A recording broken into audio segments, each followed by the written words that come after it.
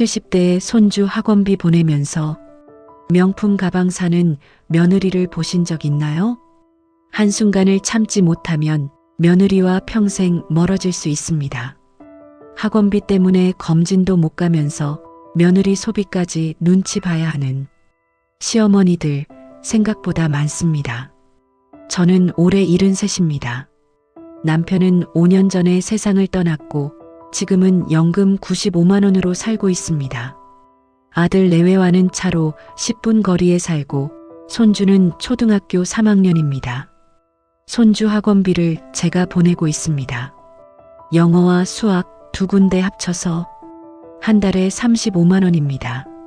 며느리는 착한 사람입니다. 명절 때도 잘 챙겨주고 가끔 전화도 합니다. 주변 어르신들이 부러워할 정도입니다. 어제 아들 집에 놀러 갔습니다. 손주 얼굴도 보고 저녁이나 같이 먹으려고요. 현관문을 열고 들어가는데 거실 소파에 가방이 하나 놓여 있었습니다. 까만색 가죽 가방. 로고가 선명하게 보였습니다. 제가 잘은 몰라도 그 브랜드는 압니다. 백화점 지나갈 때마다 보이는 그 가방입니다. 가격이 몇백만 원 하는 걸로 알고 있습니다. 며느리가 현관으로 나왔습니다. 어머님 오셨어요? 환하게 웃으며 인사했습니다. 평소와 다름없는 목소리였습니다. 저도 웃으며 대답했습니다. 응, 잘 지냈어? 거실로 들어가 앉았습니다. 그 가방이 자꾸 눈에 들어왔습니다. 햇빛을 받아서 반짝이고 있었습니다. 며느리가 물을 따라줬습니다. 어머님, 물 드세요. 저는 물잔을 받아들고 가방을 힐끗 봤습니다. 저기, 저 가방 새로 샀어? 며느리가 가방을 보더니 웃으며 대답했습니다. 아, 네. 예쁘죠? 손으로 가방을 쓰다듬었습니다. 응, 예쁘네. 며느리가 가방을 들어 올렸습니다. 진짜 오래 고민했어요. 그런데 너무 갖고 싶더라고요. 이거 사면 오래오래 쓸 수 있잖아요. 저는 고개를 끄덕였습니다. 하지만 마음 한편으로는 의아했습니다. 지난달에 며느리가 전화로 이렇게 말했었거든요. 어머님, 요즘 물가가 너무 올라서요. 생활비가 빠듯해요. 마트만 가도 장바구니 가격이 예전 같지 않아요. 그래서 제가 학원비는 내가 계속 보낼게 라고 했었습니다. 며느리는 정말 감사해요, 어머님 이라고 했었습니다. 덕분에 애가 학원 계속 다닐 수 있어요. 그런데 지금 명품 가방을 들고 있습니다. 저는 조심스럽게 물었습니다. 근데 며느라, 지난달에 생활비 빠듯하다고 하지 않았어? 며느리 얼굴에서 웃음이 사라졌습니다. 네, 그랬죠. 그런데 이런 건 어떻게 샀어? 며느리가 가방을 천천히 소파에 내려놨습니다. 제 돈으로 샀어요. 말투가 달라졌습니다. 평소의 부드러움이 사라졌습니다. 보너스 받아서요. 아, 보너스 받았구나. 저는 웃으려고 애썼습니다. 그럼 저축 좀 하지. 요즘 애들 키우는데 돈 많이 들잖아. 대학 갈 때까지 모아야 할 거 아니야. 며느리가 가방을 확 집어들었습니다. 그 순간 며느리 손이 떨리는 게 보였습니다. 그러더니 제 눈을 똑바로 보며 말했습니다. 어머님, 목소리가 낮아졌습니다. 제 돈으로 산 건데 어머님이 뭐라고 하실 일은 아니죠? 가슴이 철렁했습니다. 며느리가 이렇게 말한 적이 없었거든요. 아니, 그게 아니라 며느리가 말을 자르며 계속했습니다. 어머님이 학원비 주신다고 해서 제 소비까지 간섭하시는 건 아니잖아요. 저도 1년 내내 일하고 스트레스 받으면서 회사 다니는데 가방 하나 사는 게 그렇게 이상한 일인가요? 목소리가 떨리고 있었습니다. 화가 나 있는 게 분명했습니다. 며느리 눈빛이 날카로워져 있었습니다. 볼도 빨갛게 달아올라 있었습니다. 저는 황급히 말했습니다. 아니야, 그런 뜻이 아니었어. 그냥 뭔데요? 며느리가 되물었습니다. 생활비 빠듯하다고 해서 걱정돼서 한 말이야. 며느리가 한숨을 쉬었습니다. 크게 길게 한숨을 쉬었습니다. 어깨가 축 처지는 게 보였습니다. 제 사정은 제가 알아서 할게요. 그러고는 가방을 들고 안방으로 들어갔습니다. 문을 닫는 소리가 들렸습니다. 꽤 세게 닫았습니다. 저는 거실에 혼자 남았습니다. 가슴이 답답했습니다. 물잔을 들었는데 손이 떨렸습니다. 내가 뭘 잘못 말한 걸까? 그냥 걱정해서 한 말인데. 손주가 방에서 나왔습니다. 할머니? 응, 할머니 왔어. 손주가 달려와서 안겼습니다. 할머니, 보고 싶었어요. 할머니도 보고 싶었어. 손주의 머리를 쓰다듬었습니다. 따뜻했습니다. 이 아이 때문에 학원비를 보내는 겁니다. 손주가 냉장고를 열었습니다. 할머니, 목말라요. 저도 냉장고를 들여다봤습니다. 김치, 계란, 우유, 반찬이 별로 없었습니다. 시금치나 콩나물 같은 것도 없었습니다. 오늘 저녁은 뭐 먹을 거야? 엄마가 치킨 시킨대요. 손주가 신나게 말했습니다. 또 배달 음식? 지난주에도 배달 음식이었던 것 같습니다. 며느리가 안방에서 나왔습니다. 표정이 여전히 굳어 있었습니다. 눈도 마주치지 않았습니다. 어머님, 저장 좀 봐야 해서요. 가방을 들고 현관으로 향했습니다. 신발을 신는 뒷모습이 뻣뻣했습니다. 잠깐만 다녀올게요. 응, 다녀와. 문이 닫혔습니다.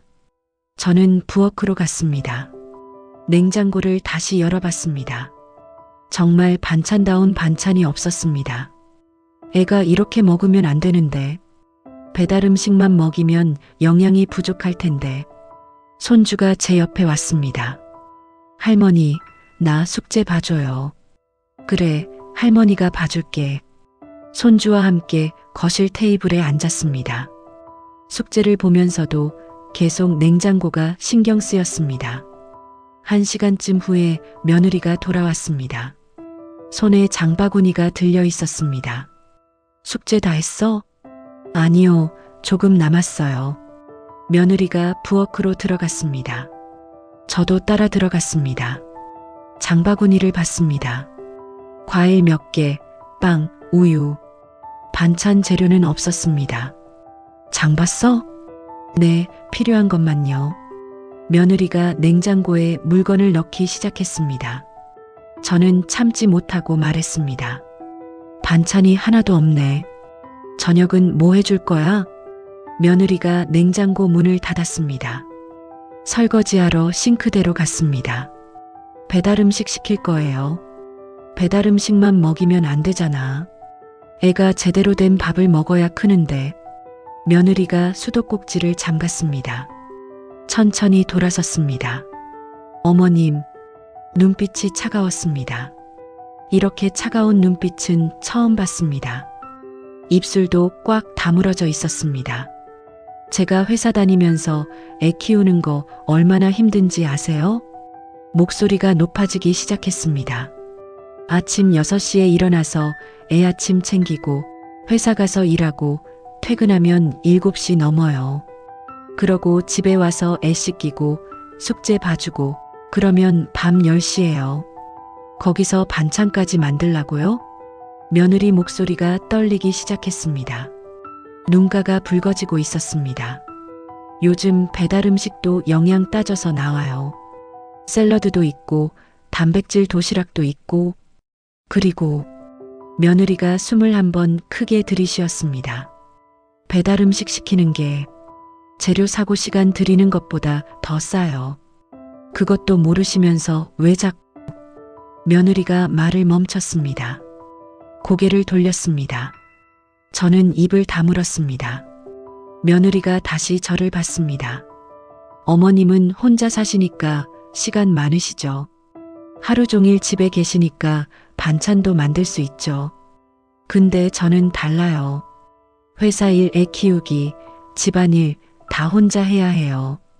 남편은 야근 많아서 집에 잘 안 들어오고요. 눈가가 더 붉어지고 있었습니다. 울 것 같았습니다. 손주 걱정되는 건 알아요. 저도 엄마니까 알아요. 근데 며느리가 말을 멈췄습니다. 한참을 그렇게 서 있었습니다. 입술을 깨물고 있었습니다. 그러더니 조용히 하지만 또렷하게 말했습니다. 말로만 걱정하지 마시고 어머님이 직접 만들어주시면 안 돼요? 어머님이 시간 있으시면 반찬 만들어서 가져다 주시면 안 돼요? 그 말이 가슴에 박혔습니다. 저는 아무 대답도 못했습니다. 며느리 말이 틀린 건 아니었습니다. 제가 시간이 있는 건 맞으니까요. 하지만 그렇다고 제가 며느리 집 반찬까지 책임져야 하나요? 며느리가 제 대답을 기다렸습니다. 저는 그냥 서 있었습니다. 며느리가 한숨을 쉬고 부엌을 나갔습니다. 저도 거실로 나왔습니다.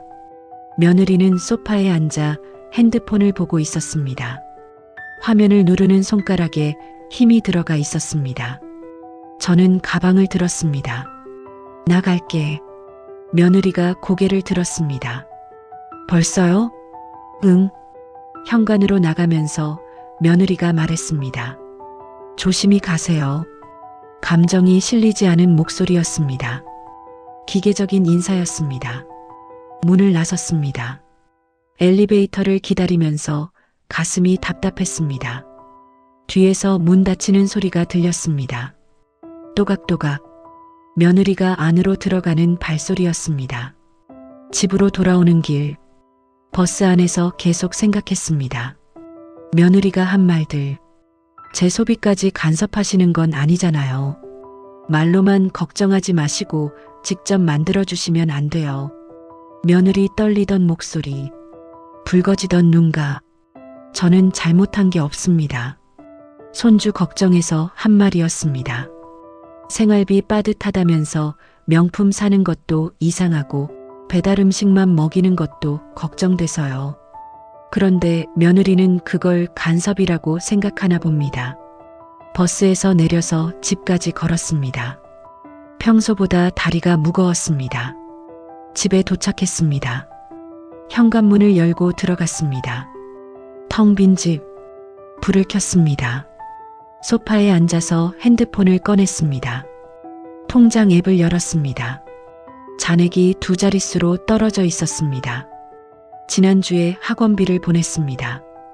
이번 달 생활비도 다 썼고요. 다음 주면 연금이 들어옵니다. 거기서 또 생활비 쓰고 학원비 보내면 남는 돈은 얼마 안 됩니다. 병원에서 일주일 전에 연락이 왔었습니다.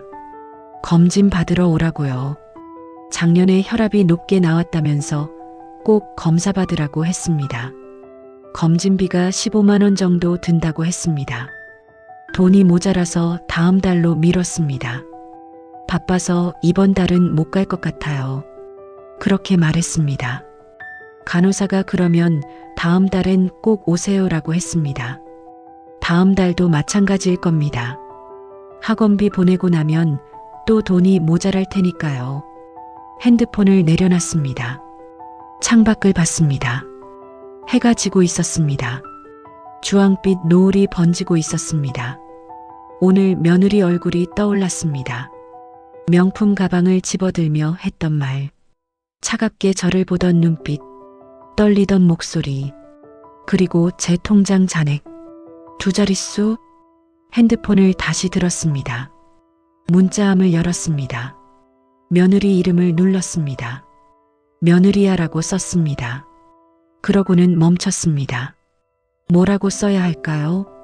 오늘 미안해? 내가 말을 좀 잘못했어?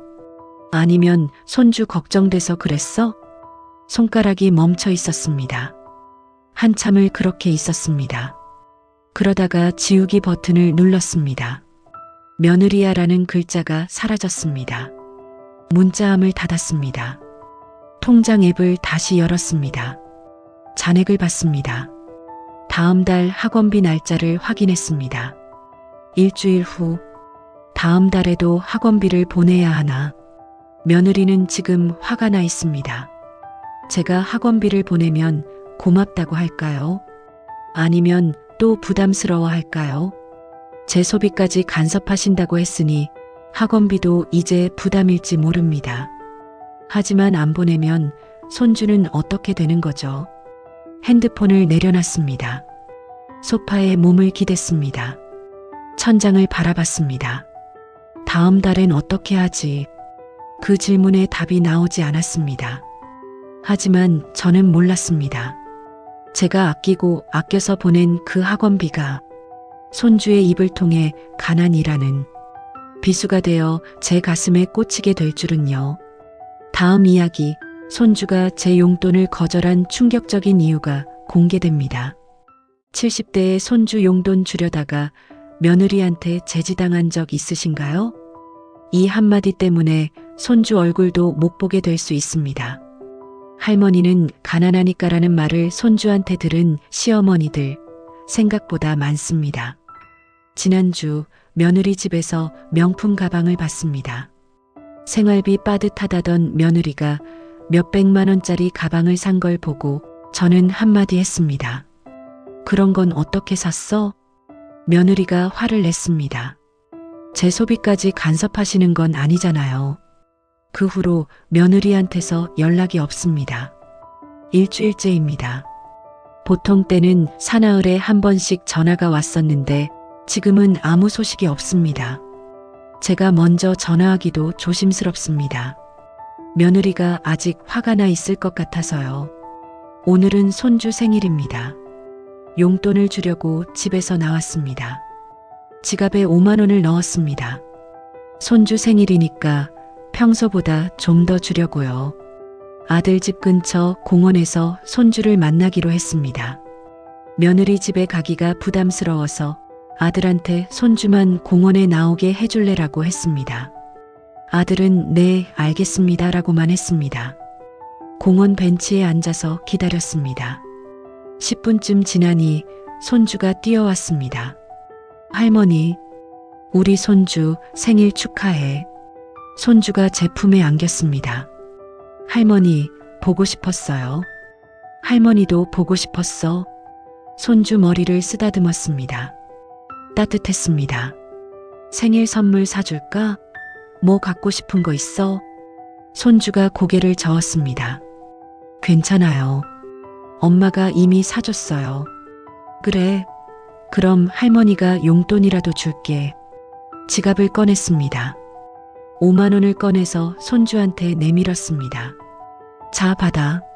손주가 돈을 보더니 손을 뒤로 뺐습니다. 할머니, 안 돼요. 왜? 생일인데 용돈 받아야지. 손주가 고개를 저었습니다. 엄마가 할머니 돈 받지 말래요. 가슴이 철렁했습니다. 왜? 엄마가 뭐라고 했는데? 손주가 천진난만하게 대답했습니다.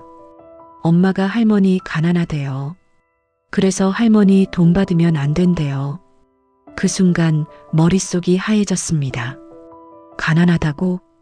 며느리가 애한테 그런 말을 했다고? 손주가 계속 말했습니다. 엄마가 할머니는 연금으로 사시니까 돈이 별로 없대요. 그러니까 할머니 돈 받으면 안 된대요. 손주 목소리가 멀게 들렸습니다. 귀가 멍해졌습니다. 저는 겨우 입을 열었습니다. 그래, 엄마가 그렇게 말했구나. 손주가 고개를 끄덕였습니다. 네, 그래서 할머니 용돈 못 받아요. 미안해요, 할머니. 손주가 미안하다고 했습니다. 제가 미안해야 하는 건데 손주가 미안하다고 합니다. 저는 5만 원을 다시 지갑에 넣었습니다. 손이 떨렸습니다. 그래, 알았어. 그럼 할머니가 다음에 맛있는 거 사줄게. 응. 손주가 환하게 웃었습니다. 아무것도 모르는 얼굴이었습니다. 할머니가 지금 얼마나 마음 아픈지 손주는 모릅니다. 1시간쯤 손주랑 놀아줬습니다. 그리고 집으로 보냈습니다. 할머니, 안녕. 응, 조심히 가. 손주가 뛰어가는 모습을 봤습니다. 작은 등이 점점 멀어졌습니다. 벤치에 앉아서 한참을 있었습니다. 손주가 한 말이 계속 귓가에 맴돌았습니다. 엄마가 할머니 가난하대요. 며느리가 아이한테 그런 말을 했습니다. 저를 가난하다고 했습니다. 아이한테까지 그런 말을 한 겁니다. 핸드폰을 꺼냈습니다. 며느리한테 전화를 걸었습니다. 신호음이 울렸습니다.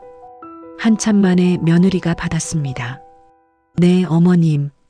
목소리가 차가웠습니다. 며느라, 애 만나고 왔어. 네. 근데 애가 이상한 말을 하더라. 며느리가 대답하지 않았습니다. 저는 참았던 말을 꺼냈습니다. 애한테 내가 가난하다고 말했어? 며느리가 잠깐 침묵했습니다. 그러고는 대답했습니다. 아, 그게 그런 뜻으로 한 말은 아니었어요. 그럼 무슨 뜻으로 한 거야? 애가 할머니 돈 자꾸 받으려고 해서요. 그래서 할머니도 사정이 있으시니까 함부로 받으면 안 된다고 말한 거예요. 며느리 목소리가 방어적이었습니다. 그게 나한테 가난하다고 말한 거랑 뭐가 달라? 어머님, 그런 뜻이 아니라. 제가 말을 끊었습니다. 나는 손주 용돈 줄 돈도 없는 사람이야? 매달 학원비 35만 원씩 보내는데도. 며느리가 한숨을 쉬었습니다. 전화기 너머로 들렸습니다. 어머님, 그래서 제가 드리는 말씀인데요. 학원비 이제 안 받을게요. 가슴이 덜컥 내려앉았습니다. 뭐?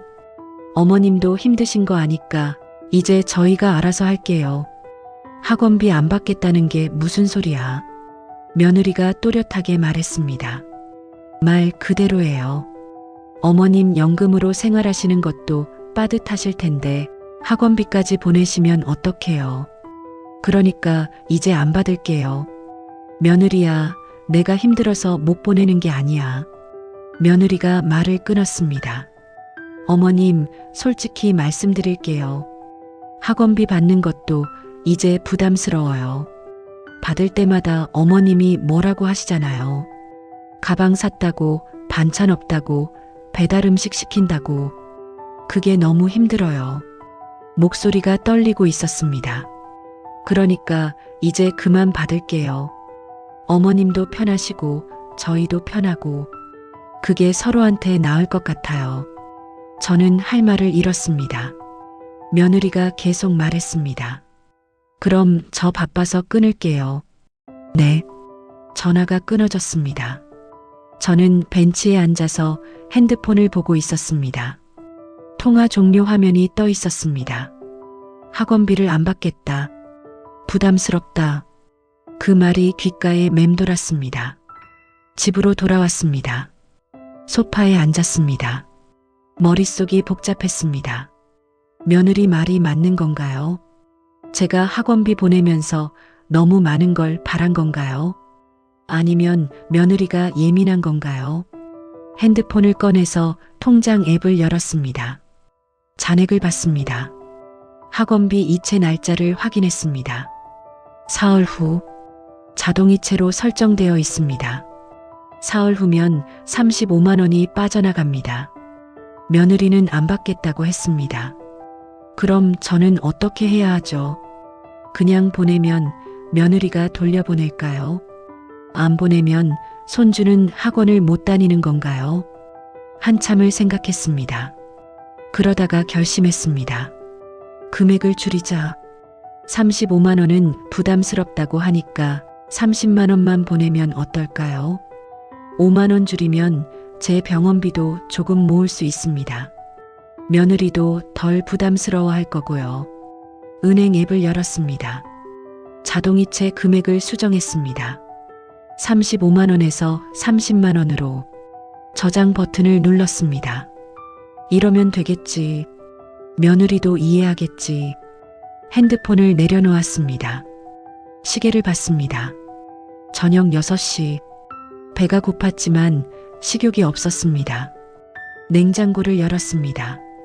김치, 계란, 어제 먹다 남은 밥. 반찬을 하나 꺼냈습니다. 밥을 데웠습니다. 식탁에 앉아서 먹기 시작했습니다. 밥이 목으로 안 넘어갔습니다. 억지로 삼켰습니다. 손주 얼굴이 떠올랐습니다. 엄마가 할머니 가난하대요. 천진난만하게 웃으며 했던 말. 며느리 목소리도 떠올랐습니다. 학원비 받는 것도 이제 부담스러워요. 숟가락을 내려놨습니다. 더 이상 못 먹겠습니다. 설거지를 하고 소파에 앉았습니다. 텔레비전을 켰습니다. 뉴스가 나왔습니다. 물가가 올랐다는 뉴스였습니다. 생활비가 부담된다는 인터뷰가 나왔습니다. 텔레비전을 껐습니다. 보고 싶지 않았습니다. 시계를 봤습니다. 저녁 8시. 잠자리에 들기엔 이른 시간입니다. 하지만 할 일이 없었습니다. 침대로 갔습니다. 누워서 천장을 봤습니다. 어둠 속에서 천장에 금이 보였습니다. 오래된 금입니다. 언제부터 있었는지 모르겠습니다. 눈을 감았습니다. 잠이 안 왔습니다. 손주 얼굴이 자꾸 떠올랐습니다. 며느리 목소리가 귓가에 맴돌았습니다. 내가 뭘 잘못한 걸까? 손주 걱정하는 게 잘못인가? 학원비 보내는 게 부담을 주는 건가? 답이 나오지 않았습니다. 한참 후에 잠이 들었습니다. 그런데 새벽에 눈이 떠졌습니다. 시계를 봤습니다. 새벽 3시. 목이 말랐습니다. 일어나서 부엌으로 갔습니다. 물을 마시려고 컵을 들었는데 갑자기 어지러웠습니다. 눈앞이 핑 돌았습니다. 컵을 놓치지 않으려고 싱크대를 붙잡았습니다. 손에 힘이 안 들어갔습니다. 다리가 휘청거렸습니다. 벽을 짚었습니다. 차갑게 느껴졌습니다. 이러면 안 되는데. 중얼거렸습니다. 심장이 빠르게 뛰었습니다. 숨이 가빴습니다. 벽에 기댄 채로 한참을 서 있었습니다. 천천히 조금씩 어지러움이 가라앉았습니다. 겨우 몸을 가누고 침대로 돌아왔습니다. 누웠습니다. 가슴이 두근거렸습니다. 병원에 가야 하나? 하지만 돈이 없는데 다음 달까지 기다려야 하나? 생각이 꼬리를 물었습니다. 눈을 감았습니다. 하지만 잠은 오지 않았습니다. 70대에 병원비 없어서 쓰러질 때까지 참고 계신가요? 이 선택을 하면 결국 자식한테 더 큰 부담이 됩니다. 학원비 때문에 검진 미루다가 응급실 실려간 시어머니들 생각보다 많습니다. 새벽에 어지러움을 느꼈습니다. 벽을 짚고 겨우 버텼습니다. 그 후로 사흘이 지났습니다. 몸 상태가 점점 안 좋아지고 있습니다. 아침에 일어나면 머리가 무겁습니다. 밥을 먹어도 기운이 안 납니다. 어제는 마트에 갔다가 중간에 벤치에 앉아 쉬어야 했습니다. 병원에 가야 하는데, 하지만 통장 잔액이 자꾸 신경 쓰입니다. 오늘은 며느리한테 전화를 걸기로 했습니다. 학원비 이야기를 해야 합니다. 자동이체 금액을 30만 원으로 줄였는데 며느리한테 미리 말을 해야 할 것 같습니다. 핸드폰을 들었습니다. 며느리 번호를 눌렀습니다. 신호음이 울렸습니다. 한참 만에 며느리가 받았습니다. 네, 어머님. 목소리가 여전히 차갑습니다. 통화 괜찮아? 네, 괜찮아요. 저기 학원비 관련해서 말이야. 며느리가 대답하지 않았습니다. 기다리는 것 같았습니다. 저는 천천히 말했습니다. 다음 달부터 학원비를 30만 원만 보낼게. 며느리가 잠깐 침묵했습니다. 그러고는 조심스럽게 물었습니다. 어머님, 혹시 돈 때문에 힘드신 거예요? 가슴이 철렁했습니다. 며느리가 눈치챈 겁니다. 아니야. 저는 서둘러 대답했습니다. 그냥 내 사정이 있어서. 어머님 괜찮으세요? 며느리 목소리에 걱정이 섞여 있었습니다. 연금으로 생활하시는 거 힘드시죠? 아니야, 그게 아니라.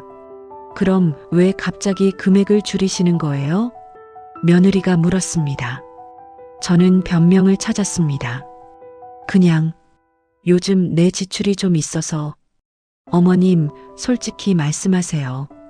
며느리 목소리가 단호해졌습니다. 돈 때문에 힘드신 거 맞죠? 그게 아니라니까. 제 목소리가 높아졌습니다. 자존심이 상했습니다. 며느리한테 힘들다고 말하고 싶지 않았습니다. 며느리가 한숨을 쉬었습니다.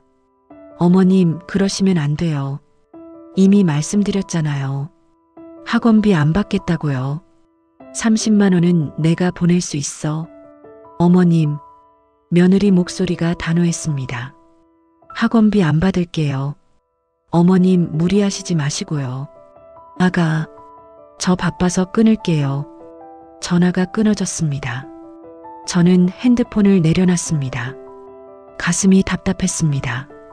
학원비를 안 받겠다. 며느리가 또 그렇게 말했습니다. 그럼 손주는 어떻게 되는 거죠? 학원을 못 다니게 되는 건가요? 소파에 앉았습니다. 머리가 지끈거렸습니다. 물을 마시러 일어났는데 갑자기 눈앞이 흐려졌습니다. 휘청거렸습니다. 테이블을 잡았습니다. 가까스로 중심을 잡았습니다. 또 어지럽네. 물을 마시고 다시 앉았습니다. 한참을 그렇게 있었습니다. 저녁이 됐습니다. 밥을 먹어야 하는데 식욕이 없었습니다. 냉장고를 열었습니다. 먹을 게 별로 없었습니다. 라면을 꺼냈습니다. 물을 끓이고 라면을 넣었습니다. 그런데 냄새를 맡자마자 속이 메스꺼웠습니다. 불을 껐습니다. 라면을 버렸습니다. 그냥 물만 마셨습니다. 침대로 갔습니다. 일찍 자야겠다고 생각했습니다. 누웠습니다. 눈을 감았습니다. 하지만 잠이 오지 않았습니다. 며느리 목소리가 귓가에 맴돌았습니다. 돈 때문에 힘드신 거 맞죠? 손주 얼굴도 떠올랐습니다. 엄마가 할머니 가난하대요. 가슴이 답답했습니다. 한참 후에 잠이 들었습니다. 다음 날 아침 눈을 떴습니다. 몸이 무거웠습니다. 일어나려고 했는데 힘이 안 들어갔습니다. 겨우 몸을 일으켰습니다. 어지러웠습니다. 벽을 짚고 부엌으로 갔습니다. 물을 마셨습니다. 토스트라도 먹어야겠다고 생각했습니다. 하지만 손이 떨려서 빵을 꺼낼 수가 없었습니다. 그냥 물만 더 마셨습니다. 소파에 앉았습니다. 텔레비전을 켰습니다. 아침 뉴스가 나왔습니다. 화면이 흐릿하게 보였습니다. 눈을 비볐습니다. 하지만 여전히 흐릿했습니다. 핸드폰이 울렸습니다. 친구한테서 전화였습니다. 받지 않았습니다. 통화할 기운이 없었습니다.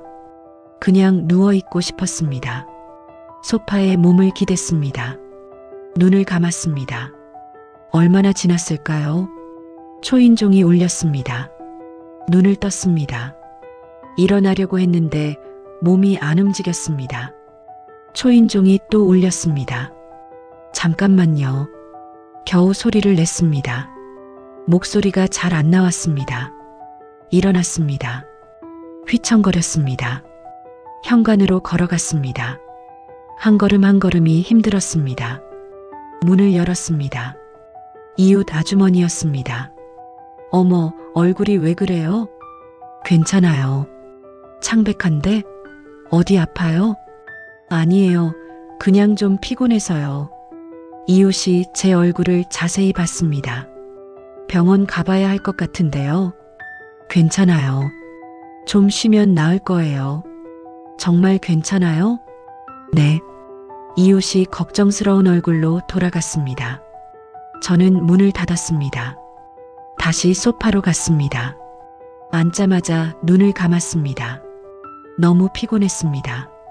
정신이 흐릿해졌습니다. 얼마나 지났을까요? 깼습니다. 시계를 봤습니다. 오후 2시. 화장실에 가고 싶었습니다. 일어났습니다. 한 걸음 떼는 순간 눈앞이 핑 돌았습니다. 다리에 힘이 풀렸습니다. 벽을 잡으려고 손을 뻗었습니다. 하지만 벽에 닿지 않았습니다. 몸이 쓰러졌습니다. 바닥에 쿵 하고 부딪혔습니다. 아팠습니다. 어깨가 욱신거렸습니다. 일어나려고 했습니다. 손에 힘이 안 들어갔습니다. 이러면 안 되는데 중얼거렸습니다. 목소리가 떨렸습니다.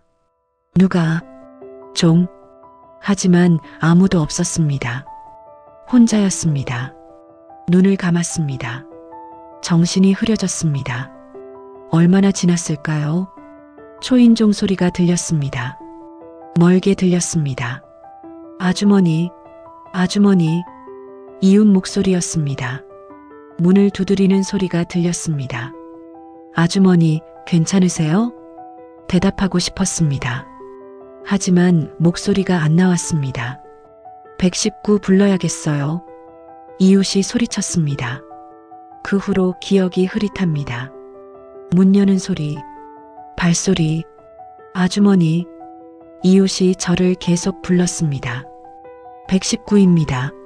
남자 목소리가 들렸습니다. 의식은 있으신가요? 손이 제 맥을 짚었습니다. 혈압이 많이 났네요. 지금 병원으로 모시겠습니다. 몸이 들려졌습니다. 들것에 눕혀졌습니다. 천장이 움직였습니다. 엘리베이터를 탔습니다. 밖으로 나왔습니다. 하늘이 보였습니다. 맑은 하늘이었습니다. 구급차에 실렸습니다. 사이렌 소리가 들렸습니다. 눈을 감았습니다. 병원에 도착했습니다. 응급실로 옮겨졌습니다. 의사가 왔습니다. 언제부터 이러셨어요? 며칠 전부터요. 목소리가 겨우 나왔습니다. 식사는 제대로 하셨어요? 대답하지 못했습니다. 의사가 간호사한테 말했습니다. 혈액 검사하고 링거 맞춰드려요. 바늘이 팔에 꽂혔습니다. 차가운 링거가 들어왔습니다. 조금 정신이 돌아왔습니다. 간호사가 물었습니다. 보호자 연락처 있으세요? 아들, 있어요. 전화번호 알려주세요. 전화번호를 말했습니다. 간호사가 전화를 걸었습니다. 네, 어머님이 응급실에 계세요. 지금 오실 수 있으세요? 한참 후에 아들이 도착했습니다. 엄마, 숨을 헐떡이고 있었습니다. 뛰어온 것 같았습니다. 괜찮으세요? 응, 괜찮아. 아들 손을 잡았습니다. 따뜻했습니다. 의사가 아들한테 설명했습니다. 어머님이 영양실조와 저혈압이 있으세요. 제대로 식사를 안 하신 것 같은데요. 아들이 저를 봤습니다. 엄마, 왜 밥을 안 드셨어요? 그냥 식욕이 없어서. 며칠 동안이나요? 일주일쯤? 아들 얼굴이 굳어졌습니다. 왜 말씀 안 하셨어요? 괜찮을 줄 알았어. 의사가 말했습니다. 입원하셔야 할 것 같은데요. 며칠 정도 링거 맞으시면서 회복하셔야 해요. 아들이 고개를 끄덕였습니다. 네, 알겠습니다. 입원 수속을 했습니다. 병실로 옮겨졌습니다. 침대에 누웠습니다. 아들이 옆에 앉았습니다. 엄마, 진료비 결제해야 하는데 엄마 카드 어디 있어요? 가방에 있어. 아들이 제 가방을 뒤졌습니다. 지갑을 꺼냈습니다. 그런데 카드만 꺼내지 않았습니다. 제 핸드폰도 꺼냈습니다. 엄마, 핸드폰 충전해 둘게요. 응. 아들이 밖으로 나갔습니다. 한참 후에 돌아왔습니다. 손에 핸드폰을 들고 있었습니다. 표정이 이상했습니다. 굳어 있었습니다. 엄마, 목소리가 떨리고 있었습니다. 왜 그래? 아들이 핸드폰 화면을 보여줬습니다. 통장 앱이 열려 있었습니다. 잔액이 보였습니다. 3만 원. 아들이 핸드폰을 든 손을 부들부들 떨었습니다. 얼굴이 불그락푸르락해졌습니다. 도저히 믿기지 않는다는 표정이었습니다. 엄마, 아들의 목소리가 갈라져 나왔습니다. 금방이라도 터질 것 같은 목소리였습니다. 통장에 3만 원. 엄마, 도대체 이게 다 뭐예요? 아들의 고함 소리가 병실을 쩌렁쩌렁 울렸습니다. 심장이 덜컥 내려앉았습니다. 올 것이 오고야 말았습니다. 70대의 자식한테 통장 잔액 들킨 적 있으신가요? 이 순간 이후로 모든 관계가 달라집니다. 학원비 보내느라 병원도 못 가고 쓰러진 걸 자식이 알게 된 어머니들 생각보다 많습니다. 병실 침대에 누워 있습니다. 아들이 제 핸드폰을 들고 서 있습니다. 화면에 통장 앱이 열려 있습니다. 잔액 3만 원. 아들 손이 떨리고 있습니다. 엄마, 이게 뭐예요? 목소리가 낮았습니다. 하지만 떨리고 있었습니다. 저는 대답하지 못했습니다. 아들이 침대 옆에 앉았습니다. 엄마, 통장 잔액이 3만 원이에요. 그런데 지난주에 학원비 35만 원 나갔네요. 아들이 화면을 스크롤했습니다. 그 전달에도 35만 원. 그 전달에도 매달 35만 원씩 나가고 있어요. 저는 눈을 감았습니다. 아들이 계속 말했습니다. 생활비는 얼마나 쓰셨어요? 그냥 필요한 만큼. 엄마 말씀하세요. 아들 목소리가 강해졌습니다. 연금이 95만 원 들어오는데 학원비 35만 원 보내고 생활비 쓰면 얼마 안 남아. 저는 입술을 깨물었습니다. 아들이 또 물었습니다. 병원비 미납 내역도 있네요. 검진 예약했다가 취소하신 것도 보여요. 왜 병원을 안 가셨어요? 바빠서. 거짓말하지 마세요. 아들이 소리쳤습니다. 그러고는 숨을 크게 들이쉬었습니다. 목소리를 낮췄습니다. 엄마, 돈이 없어서 못 가신 거 맞죠? 학원비 보내느라 병원도 못 가신 거죠? 저는 고개를 돌렸습니다. 아들을 볼 수가 없었습니다. 엄마, 왜 말씀 안 하셨어요? 말해봤자 내가 걱정할 것 같아서. 걱정하는 게 당연하잖아요. 아들 목소리가 높아졌습니다. 엄마가 학원비 보내느라 쓰러지셨는데 제가 걱정 안 하면 그게 사람이에요? 눈물이 흘러내렸습니다. 참으려고 했는데 안 됐습니다. 미안해. 미안하긴요. 아들이 핸드폰을 내려놨습니다. 두 손으로 얼굴을 감쌌습니다. 어깨가 떨렸습니다. 울고 있는 것 같았습니다. 한참 후에 아들이 손을 내렸습니다. 눈이 빨갰습니다. 엄마, 학원비 이제 안 받을게요. 아니야, 손주가. 제 아들은 제가 책임질게요. 아들이 단호하게 말했습니다. 엄마는 이제 엄마 건강만 챙기세요. 하지만 엄마. 아들이 제 손을 잡았습니다. 제발 부탁이에요. 엄마 건강이 제일 중요해요. 손이 따뜻했습니다. 하지만 가슴은 차가웠습니다. 학원비를 안 받는다. 그럼 저는 이제 뭐죠? 손주한테 아무것도 해줄 수 없는 할머니인가요? 아들이 밖으로 나갔습니다. 전화하는 것 같았습니다. 목소리가 들렸습니다. 여보, 나야. 엄마가 병원에 입원하셨어. 응, 지금 당장 와봐. 이야기할 게 있어. 1시간쯤 후에 며느리가 도착했습니다. 병실 문을 열고 들어왔습니다. 표정이 창백했습니다. 어머님, 왔어? 며느리가 침대 옆에 섰습니다. 아들도 옆에 섰습니다. 며느리가 조심스럽게 물었습니다. 어머님, 괜찮으세요? 응, 괜찮아. 며느리 눈가가 붉었습니다. 울 것 같았습니다. 어머님, 제가 몰랐어요. 어머님이 이렇게까지 힘드신 줄. 괜찮다니까. 며느리가 고개를 숙였습니다. 죄송해요. 학원비 때문에 이렇게 되실 줄 몰랐어요. 그 순간 며느리가 고개를 들었습니다. 눈빛이 달라져 있었습니다. 근데 어머님, 목소리가 떨렸습니다. 저도 할 말 있어요. 아들이 며느리를 봤습니다. 여보, 지금은. 며느리가 아들을 봤습니다. 아니야, 지금 말해야 해. 그러고는 저를 봤습니다. 어머님, 죄송하지만 명품 가방 샀다고 눈치 주신 거 저도 정말 기분 나빴어요. 가슴이 철렁했습니다. 며느리가 계속 말했습니다.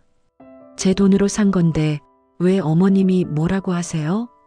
학원비 주신다고 해서 제 소비까지 간섭하실 권리는 없잖아요. 목소리가 높아졌습니다. 그리고 반찬 없다고 하신 것도요. 제가 얼마나 바쁜지 아세요? 회사 다니고 애 키우고 집안일하고 다 혼자 해요. 남편은 야근 많아서 집에도 잘 안 와요. 며느리가 아들을 봤습니다. 아들이 고개를 숙였습니다. 며느리가 다시 저를 봤습니다. 그런데 어머님은 뭐예요? 반찬 만들어라. 배달 음식 그만 시켜라. 애한테 제대로 된 밥 먹여라. 그럼 어머님이 직접 해주시면 안 돼요? 시간 있으시잖아요. 눈물이 흘러내렸습니다. 며느리가 울고 있었습니다. 저도 힘들어요, 어머님. 어머님만 힘드신 거 아니에요. 저도 매일매일 버티면서 사는데 어머님이 자꾸 뭐라고 하시면 너무 힘들어요. 병실이 조용해졌습니다. 아무도 말하지 않았습니다. 며느리가 눈물을 닦았습니다. 그래서요. 목소리가 차가워졌습니다. 학원비 이제 안 받을게요. 어머님도 힘드시고 저희도 부담되고 그냥 이렇게 하는 게 나을 것 같아요. 아들이 며느리 손을 잡았습니다. 여보, 진정해.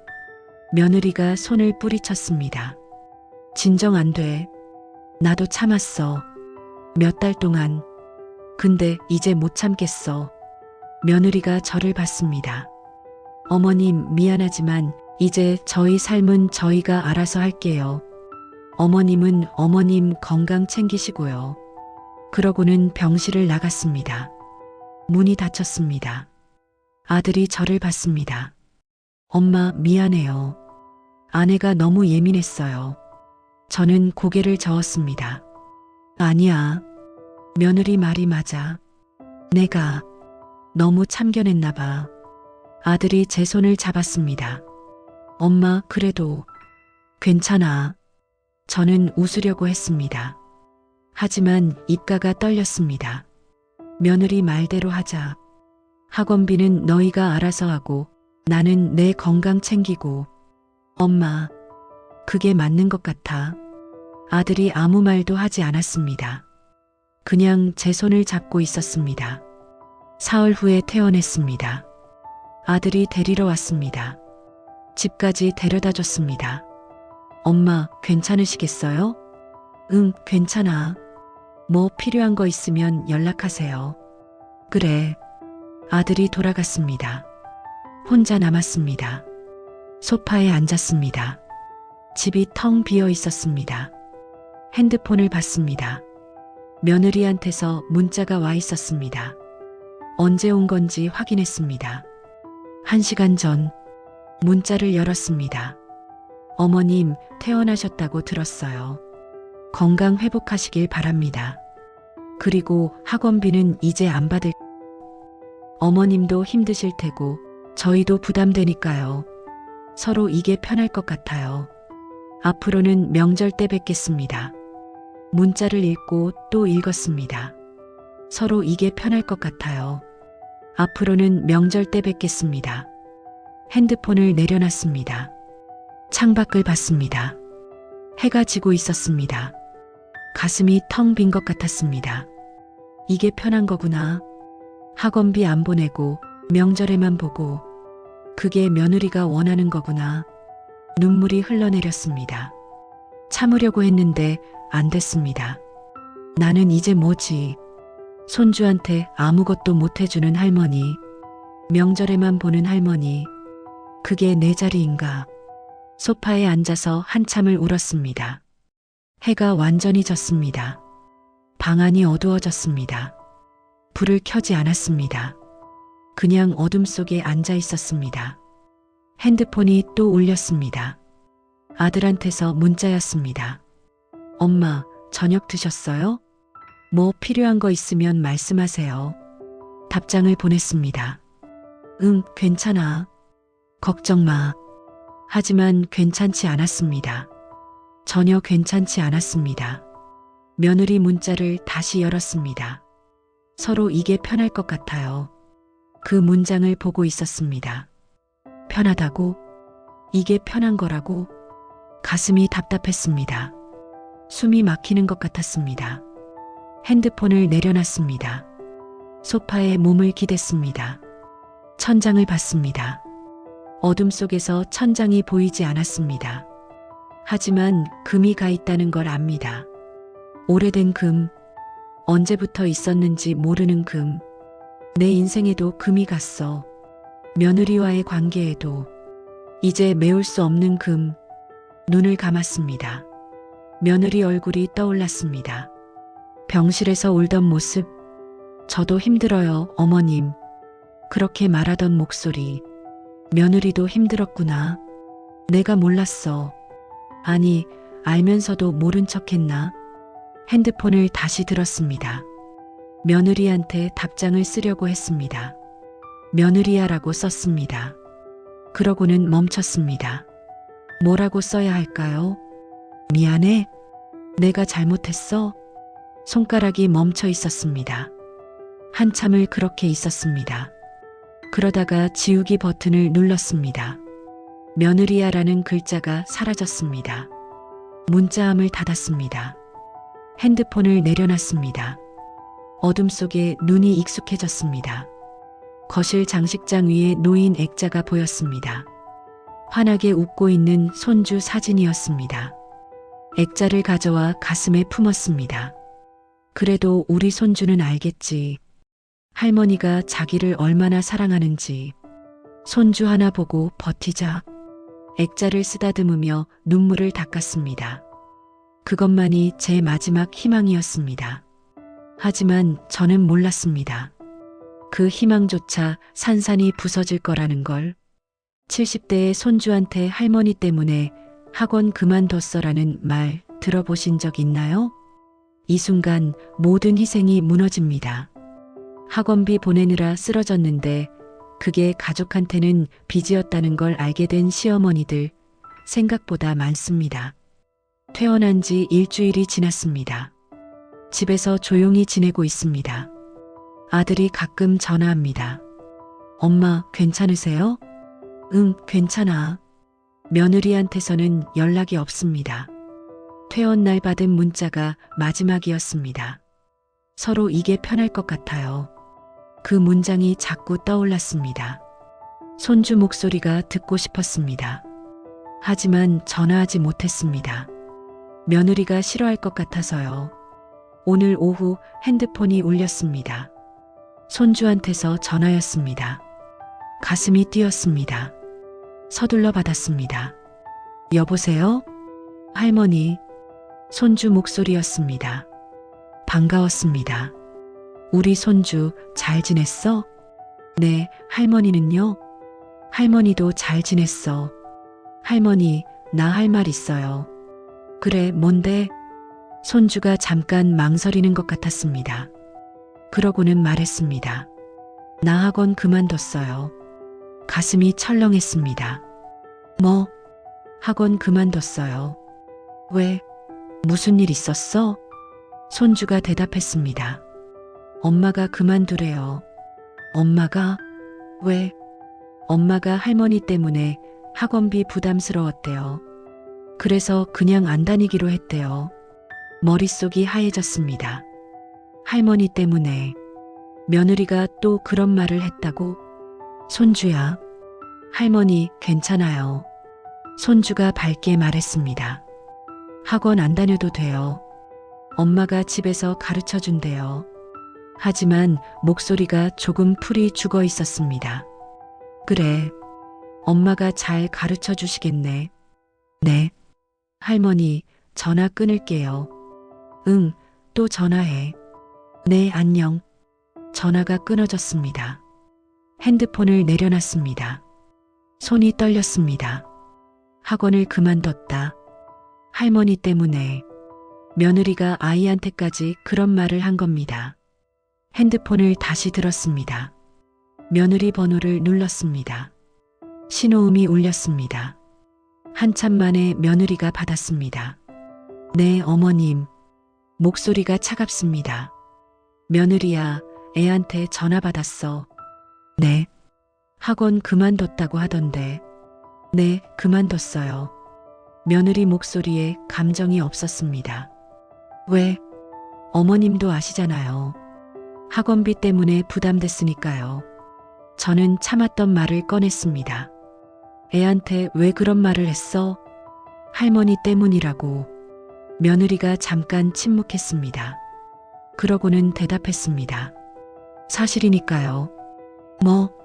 어머님이 학원비 때문에 힘드셨잖아요. 그래서 병원도 못 가시고 쓰러지셨잖아요.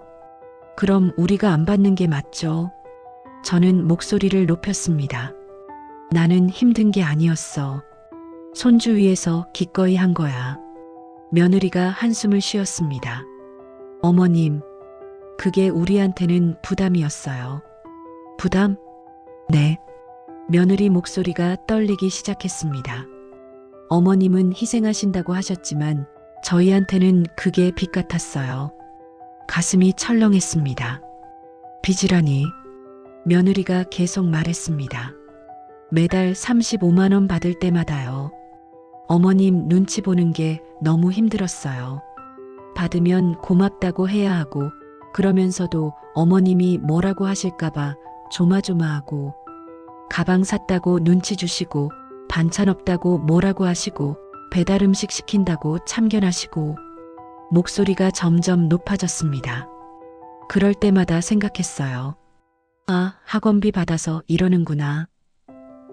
돈 받았으니까 이래라 저래라 하시는구나. 그게 너무 싫었어요. 저는 말문이 막혔습니다. 며느리가 울먹이기 시작했습니다. 어머님, 저도 힘들어요. 회사 다니고 애 키우고 집안일하고 다 혼자 하는데 거기다 어머님 눈치까지 봐야 해요. 매달 학원비 받을 때마다요. 그게 얼마나 힘든지 아세요? 그래서 이제 안 받기로 한 거예요. 차라리 학원 안 보내는 게 나아요. 어머님 눈치 안 보고 사는 게 더 편해요. 전화기 너머로 며느리 울음소리가 들렸습니다. 저는 아무 말도 할 수 없었습니다. 며느리가 눈물을 삼키며 말했습니다. 어머님 미안하지만 이제 정말 그만했으면 좋겠어요. 학원비도 간섭도 다요. 저희 삶은 저희가 알아서 할게요. 네. 며느리가 또 한숨을 쉬었습니다. 그럼 끊을게요. 전화가 끊어졌습니다. 저는 핸드폰을 들고 멍하니 앉아 있었습니다. 며느리 말이 귓가에 맴돌았습니다. 희생하신다고 하셨지만 저희한테는 빚 같았어요. 매달 학원비 받을 때마다 어머님 눈치 보는 게 힘들었어요. 차라리 학원 안 보내는 게 나아요. 핸드폰을 내려놨습니다. 소파에 몸을 기댔습니다. 가슴이 무너지는 것 같았습니다. 내 희생이 빚이었다. 내가 준 돈이 부담이었다.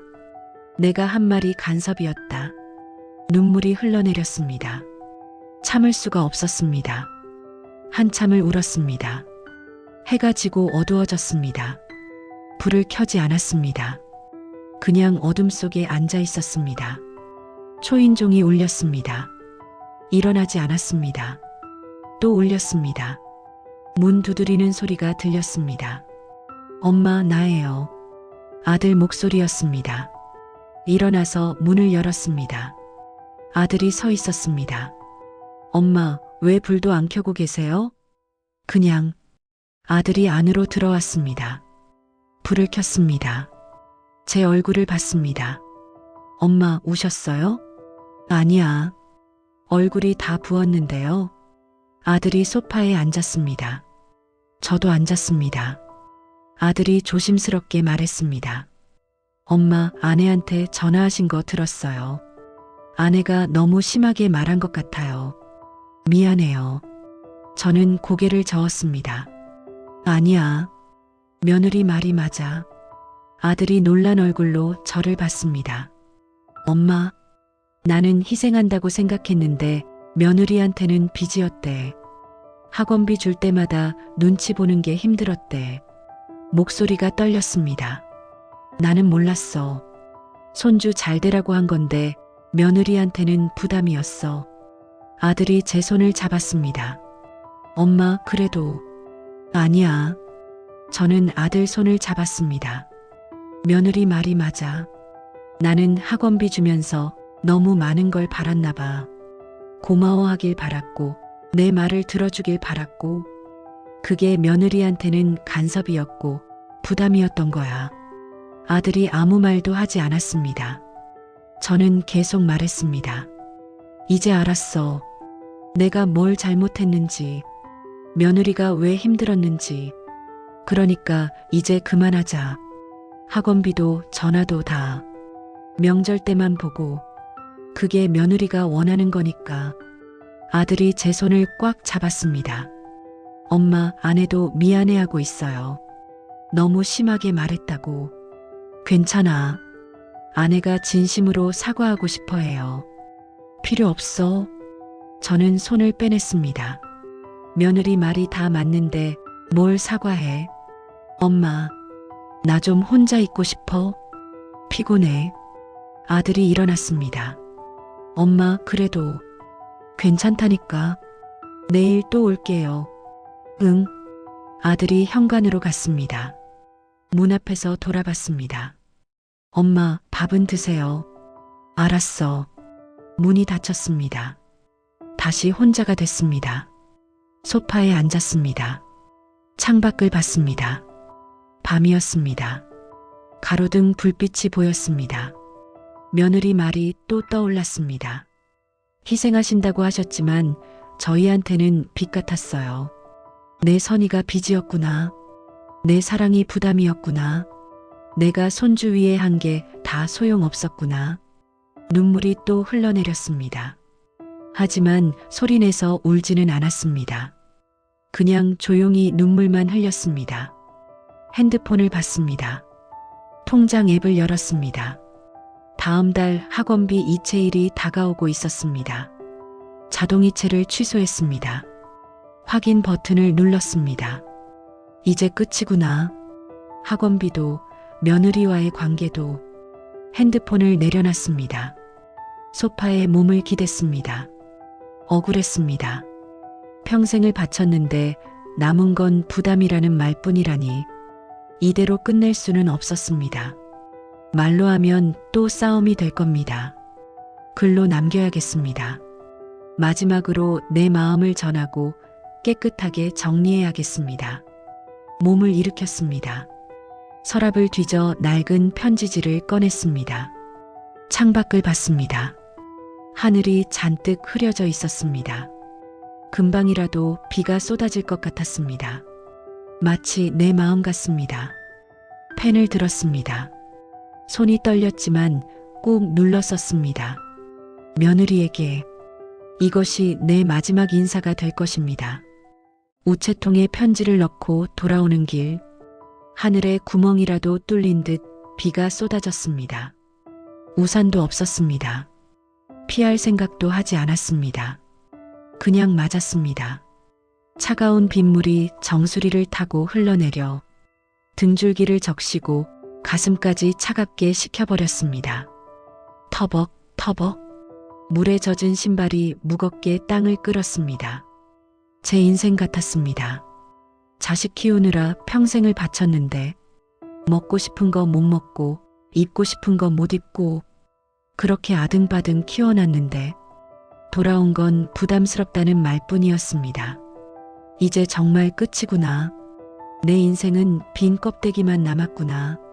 집에 도착했을 때는 이미 온몸이 물에 빠진 생쥐꼴이었습니다. 현관문을 열고 들어서는데 컴컴한 거실이 저를 반겼습니다. 아무도 없는 집, 앞으로 영원히 저 혼자 지내야 할 감옥 같은 집. 한기가 돌았습니다. 젖은 옷이 몸에 달라붙어 으슬으슬 떨렸습니다. 옷이나 갈아입자. 감기 들면 나만 손해지.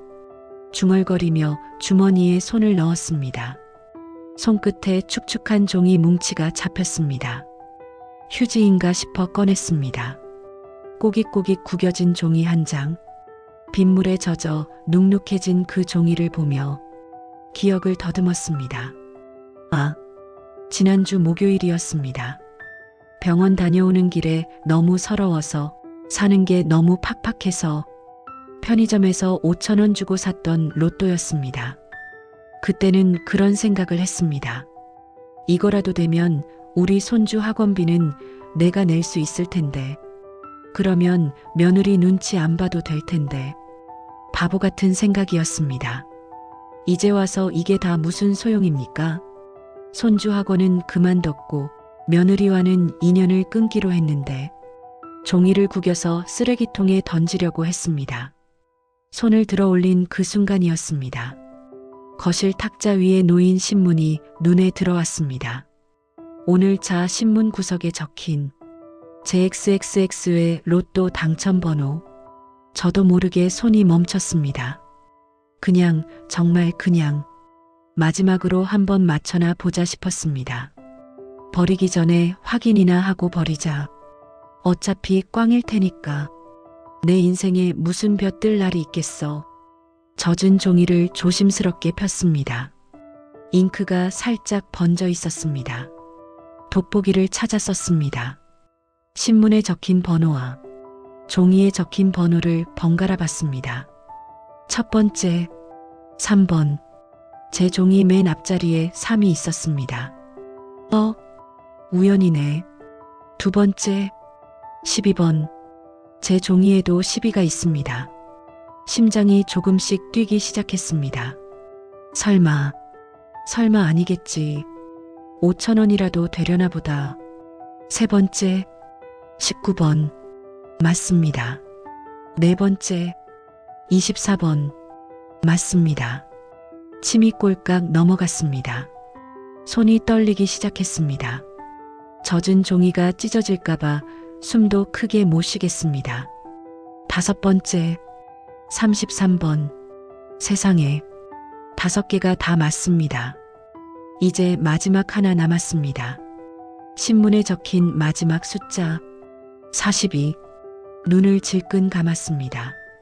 못 보겠습니다. 심장이 입 밖으로 튀어나올 것 같았습니다. 천천히, 아주 천천히 눈을 떴습니다. 제 종이 마지막 칸을 봤습니다.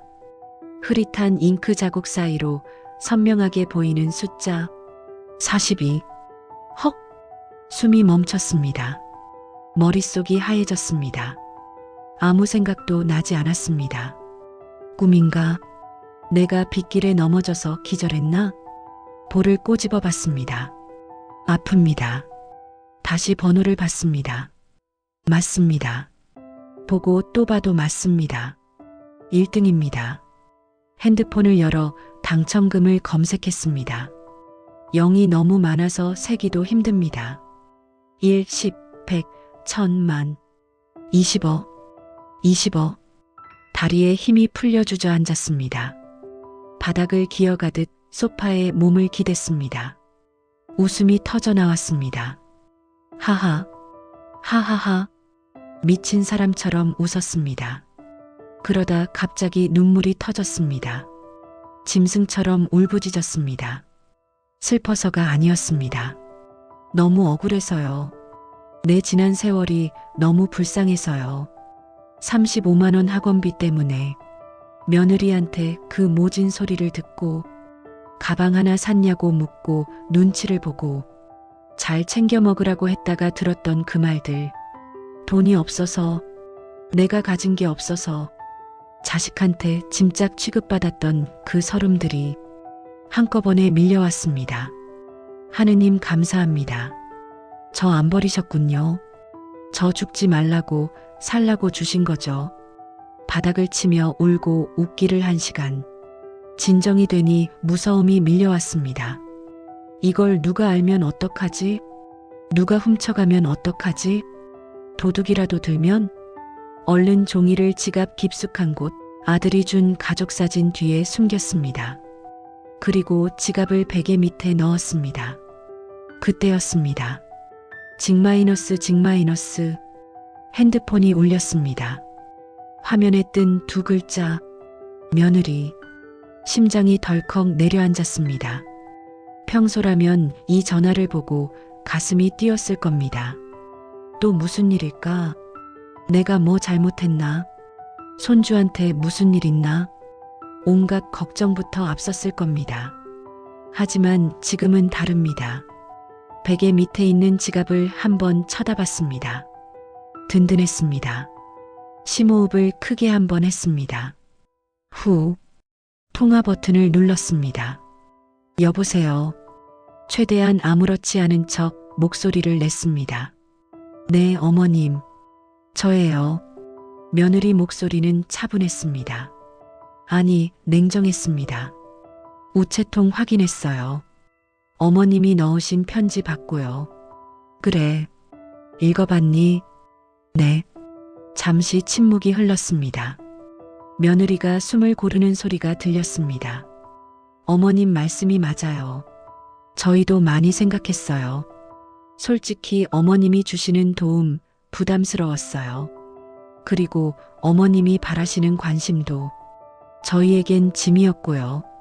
비수가 되어 꽂힐 말들이었습니다. 어제까지만 해도요. 하지만 오늘은 그 말들이 마치 남의 집 라디오 소리처럼 들립니다. 그래서요, 어머님. 편지에 쓰신 대로 거리를 두는 게 좋을 것 같아요. 한 달에 한 번 뵙는 것도 당분간은 힘들 것 같아요. 저희도 시간이 필요해요. 그냥 명절에만 뵙는 걸로 해요. 절연 통보였습니다. 사실상 남남처럼 살자는 말이었습니다. 순간 말해주고 싶었습니다. 얘야, 나 20억 생겼다. 너희가 그렇게 무시하던 내가 이제 부자야. 이 돈이면 손주 유학도 보내고 너희 집 대출도 다 갚아줄 수 있어. 입이 근질거렸습니다. 이 말을 하면 며느리 목소리가 어떻게 바뀔까? 당장 달려와서 어머님 죄송해요라고 빌지 않을까? 하지만 입술을 꽉 깨물었습니다. 아닙니다. 그래서 해결될 관계였다면, 돈 때문에 굽신거릴 관계라면 이미 끝난 겁니다. 이 돈은 하나님이 오로지 나를 위해 주신 선물입니다. 더 이상 자식 눈치 보지 말고, 돈으로 사랑을 구걸하지 말고 내 인생 살라고 주신 마지막 기회입니다. 저는 천천히 입을 열었습니다. 그래, 알았다. 목소리가 떨리지 않았습니다. 오히려 너무 평온해서 제가 놀랐습니다. 너희 뜻이 그렇다면 그렇게 하자. 나도 당분간은 바쁠 것 같구나. 그러니 너희도 굳이 전화 안 해도 된다. 며느리가 당황한 듯 잠시 말이 없습니다. 매달리고 울고 서운하다 할 줄 알았나 봅니다. 네. 네, 알겠어요. 그럼 끊으마. 잘 지내라. 뚝. 전화를 먼저 끊었습니다. 핸드폰을 침대에 던졌습니다. 속이 뻥 뚫리는 것 같았습니다. 10년 묵은 체증이 내려가는 기분. 잘 먹고 잘 살아라. 나도 이제 내 인생 살란다. 그날 밤 잠이 오지 않았습니다.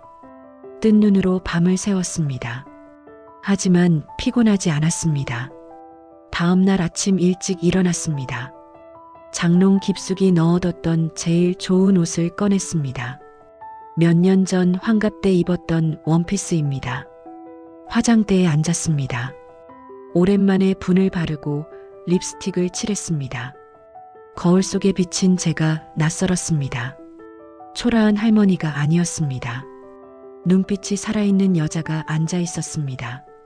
지갑을 챙겼습니다. 집을 나섰습니다. 택시를 잡았습니다. 기사님, 서울 서대문 농협 본점으로 갑시다. 아이고, 멀리 가시네요. 네, 중요한 볼일이 있어서요. 창밖 풍경이 스쳐 지나갔습니다. 버스비 아끼려고 몇 정거장을 걸어 다니던 길, 콩나물값 깎으려고 신랑이 하던 시장, 이제는 안녕입니다. 은행에 도착했습니다. 거대한 건물 앞에서 잠시 망설였습니다. 하지만 곧 어깨를 폈습니다. 나는 당당한 고객이니까요. 안내 데스크로 갔습니다. 복권 당첨금 수령하러 왔습니다. 직원의 눈이 커졌습니다. 곧바로 VIP실로 안내받았습니다. 푹신한 소파, 따뜻한 차, 지점장이 직접 나와서 인사를 합니다. 축하드립니다, 고객님. 통장을 만들었습니다. 기계 돌아가는 소리가 들립니다. 치직, 치직. 통장이 나왔습니다. 펼쳐봤습니다. 숫자가 찍혀 있었습니다. 20억, 1, 10, 100, 1000만, 10만, 100만, 1000만, 억, 10억. 정말 20억입니다. 세금 떼고도 평생 써도 못 쓸 돈이 통장에 들어왔습니다. 통장을 가슴에 품고 은행을 나왔습니다. 하늘이 파랬습니다. 눈물이 핑 돌았습니다. 이제 아프면 특실 입원할 겁니다. 비싼 영양제도 사 먹을 겁니다. 친구들 불러서 소고기도 사줄 겁니다. 그리고 무엇보다 더 이상 누군가의 엄마, 시어머니로만 살지 않을 겁니다. 김복순, 제 이름 석자로 살 겁니다. 백화점으로 갔습니다. 1층 명품관을 걸었습니다. 예전 같으면 주눅 들어서 들어오지도 못했을 곳입니다. 점원들이 쳐다봅니다. 신경 쓰지 않았습니다. 마네킹이 입고 있는 코트가 눈에 들어왔습니다. 가격표를 봤습니다. 300만 원. 손주 학원비 10달치입니다. 예전 같으면 기절할 금액입니다. 점원을 불렀습니다. 이거 주세요. 입어보시겠어요? 아니요, 그냥 주세요. 입고 갈게요.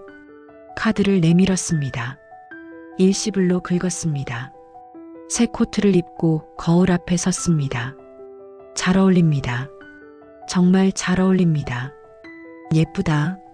저도 모르게 말이 나왔습니다. 이렇게 예쁜 줄 모르고 살았습니다.